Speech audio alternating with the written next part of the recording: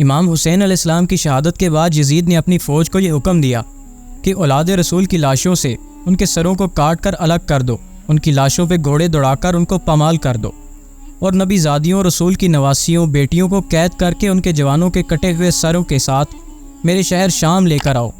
ان سب کو قید کر کے میرے دربار میں لایا جائے تاکہ میں دنیا کو بتاؤں کہ کیسے اس خاندان کو میں نے قتل کیا، ان کی عورتوں کو بے پردہ کر کے ان کی تذلیل کی۔ یزید کے حکم کے مطابق آل رسول کے جوانوں کے کٹے ہوئے سروں کو نیزوں پہ بلند کر کے نبی زادیوں کو قید کر کے شہر شہر بدنام بازاروں اور گلیوں میں پھرایا گیا۔ جب قیدیوں کا قافلہ شام میں پہنچا تو یزید نے حکم دیا کہ نبی زادیوں کو شہر کے باہر ٹھہرایا جائے تاکہ میں اپنا محل سجا سکوں۔ تاریخ نے لکھا کہ شہر شام کو اس طرح سجایا گیا کہ بدنام زمانہ کی عورتیں رقص کر رہی تھیں۔ ہر ایک کو حکم دیا گیا کہ عید کی طرح سب لوگ نئے کپڑے پہنو اور اپنی چھتوں پر چڑھ جاؤ۔ جیسے ہی اولاد رسول آئے ان کا پتھروں اور گرم پانی سے استقبال کرو۔ تاریخ نے لکھا کہ 3 دن تک نبی زادیاں غریب اور بے وارثوں کی طرح شہر کے باہر کھڑی رہیں اور یزید شراب سے لطف اندوز اپنا دربار سجاتا رہا۔ جب تیاریاں مکمل ہوئی، سب لوگ تیار ہو گئے تو نبی زادیوں کو شہر میں لایا گیا۔ کہیں سے کوئی پتھر مارتا تو کوئی گرم پانی پھینکتا، کہیں سے کوئی رسول اللہ کی نواسیوں کی توہین کرتا۔ تمام لفظ نبی زادیوں کی توہین آل رسول نے برداشت کی۔ امام حسین علیہ السلام کا سر مبارک نیزے پہ بلند قرآن کریم کی تلاوت کر رہا تھا۔ کچھ لوگ دیکھ کر ہنس رہے تھے تو کچھ تماشا دیکھ رہے تھے کہ یہ کیسا سر ہے جو نوک نیزہ پہ بلند ہے مگر پھر بھی قرآن کریم کی تلاوت کر رہا ہے۔ جب نبی زادیوں اور امام سجاد کو دربار یزید میں قیدی بنا کر یزید کے سامنے لایا گیا، یزید خوشی سے جھوم رہا تھا تو کسی نے امام حسین علیہ السلام کا کٹا ہوا سر یزید کے سامنے پیش کیا۔ یزید لین لاٹھی لے کر امام حسین علیہ السلام کے پاک لبوں پہ مار رہا تھا جہاں رسول خدا بوسہ دیا کرتے تھے۔ وہ لعنتی یہ کہہ رہا تھا، کاش آج میرا باپ زندہ ہوتا، کاش آج میرا دادا زندہ ہوتا تو میں ان کو بتاتا کہ میں نے بنو ہاشم کے ساتھ کیا کیا۔ وہ لعنتی توہین کر ہی رہا تھا کہ اس نے سوچا اللہ نے مجھے بڑی عزت دی ہے۔ یزید نے اپنے درباری خطیب سے کہا کہ ممبر پر آؤ اور آ کر سب کو بتاؤ کہ بنو امیہ اس زمین پہ کیا مرتبہ رکھتی ہے۔ وہ بکا ہوا خطیب ممبر پر آ کر یزید کی شان میں قصیدے گانے لگا تو امام سجاد نے زنجیروں میں جکڑے ہوئے اس خطیب کو مخاطب کرتے ہوئے کہا کہ اے خطیب، افسوس ہے کہ تو نے مخلوق کو راضی کرنے کے لیے اپنے خالق کو ناراض کیا ہے، بس تم نے اپنا ٹھکانہ دوزخ بنا لیا۔ پھر امام سجاد علیہ السلام نے یزید کو دیکھ کر کہا، اے یزید، مجھے بھی اجازت دے کہ میں اپنے خاندان کا تعارف کرواؤں۔ تو یزید نے منع کر دیا، مگر لوگوں نے کہا کہ یزید، یہ بیمار قیدی جو اپنی بہنوں اور بیٹیوں کے ساتھ رسوا کھڑا ہے، یہ تمہارے سامنے کیا کہے گا، دے دو اس کو اجازت۔ یزید تکبر کی نشے میں مست کہنے لگا، آؤ اور تعارف کرواؤ۔ امام سجاد علیہ السلام زنجیروں میں جکڑے ہوئے ممبر پر آتے ہیں اور فرماتے ہیں، تعریف اس اللہ کی جو تعریف کے قابل ہے۔ اے لوگو، اللہ نے ہمیں 6 چیزیں عطا فرمائیں اور 7 چیزوں سے ہمیں برتری حاصل ہے، اور وہ 6 چیزیں یہ ہیں: علم و حکمت، حلم و بردباری، جود و سخا، وضاحت و بلاغت، شجاعت اور بردباری، اور مومنوں کے دلوں میں محبت و مودت۔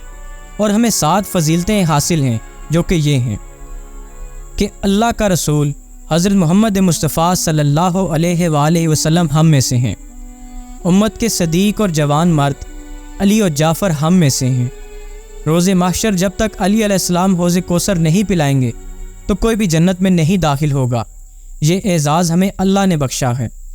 رسول اللہ کے شیر حمزہ ابن عبد المطلب ہم میں سے ہیں، رسول اللہ کی اولاد جن کو اللہ نے جنت کا سردار بنایا وہ حسن حسین ہم میں سے ہیں۔ اللہ نے جس عورت کو تمام عورتوں پہ سردار بنایا وہ رسول اللہ کی بیٹی بی بی فاطمہ زہرا سلام اللہ علیہا ہم میں سے ہیں۔ جو آخری حجت زمانے پہ قائم ہوگی وہ مہدی ہم میں سے ہیں۔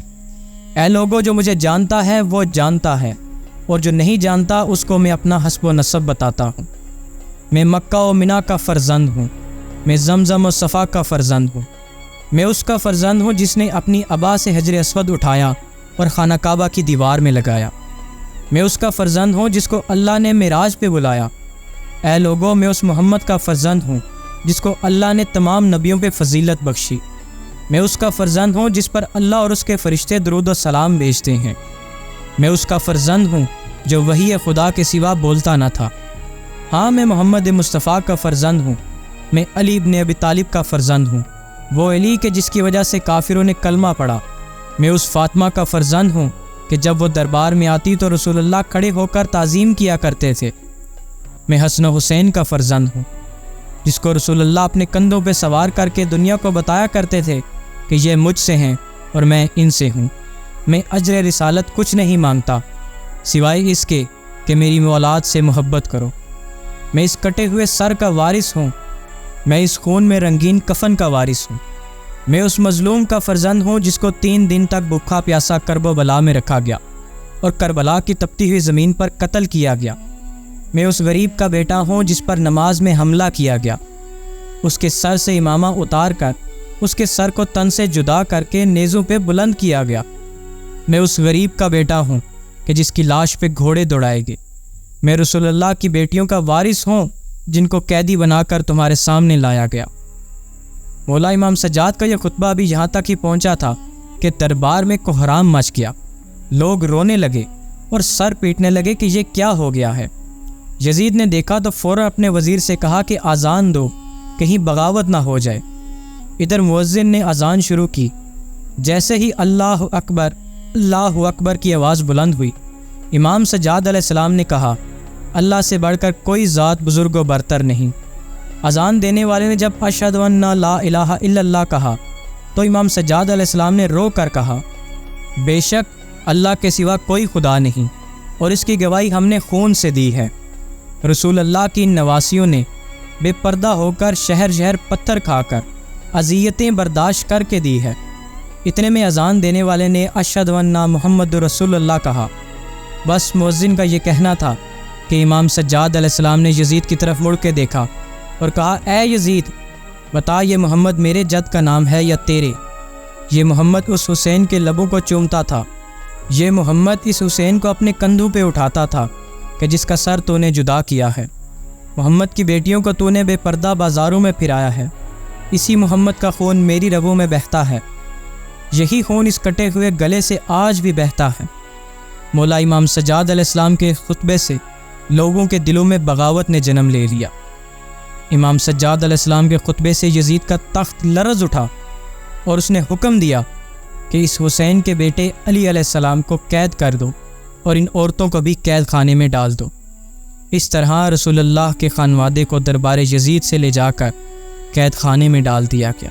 امام سجاد علیہ السلام کے اس خطبے کا یہ اثر ہوا کہ آج تک ہر ایک نیک روح یزید لعنتی پہ لعنت کرتی ہے اور مظلوم کرب و بلا سے محبت کرتی ہے۔